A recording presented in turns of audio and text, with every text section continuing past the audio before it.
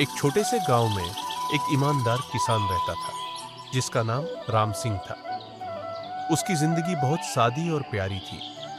राम सिंह अपने खेतों में मेहनत करता और जो भी फसल उगती उसे सबसे अच्छे तरीके से बेचता था। उसका एक ही मकसद था, अपने परिवार को अच्छी जिंदगी देना और गांव के लोगों की मदद करना। राम सिंह का मुख्य काम खेती था, लेकिन वह कभी भी अपने लाभ को दूसरों पर भारी नहीं पड़ने देता था। अगर कभी उसकी फसल में कुछ अतिरिक्त होता तो वह गांव के गरीबों को दे देता।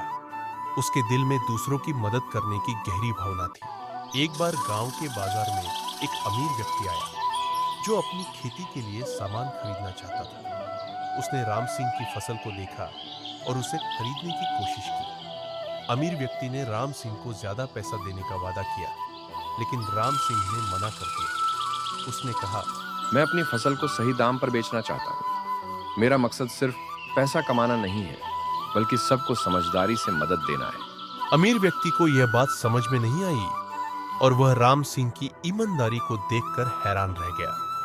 उसने सोचा, ऐसे किसान किस तरह काम करते हैं जो अपना फायदा नहीं देखते। वक्त गुजरता गया और एक दिन गांव में एक बड़ी आंधी आई। कई किसान अपनी फसल को बचाने के लिए चिंतित थे। राम सिंह ने अपनी फसल को सुरक्षित रखने के लिए अपने सभी खेतों का इंतजाम किया, लेकिन कुछ दिनों बाद उसने देखा कि एक गरीब किसान की फसल पूरी तरह से बर्बाद हो गई थी। राम सिंह ने अपनी फसल का एक हिस्सा उस किसान को देने का फैसला किया। उसने अपने खेत से कुछ अनाज निकालकर उस गरीब किसान को दिया। वह किसान अपने अनाज के लिए ईमानदार राम सिंह का धन्यवाद करता हुआ गया।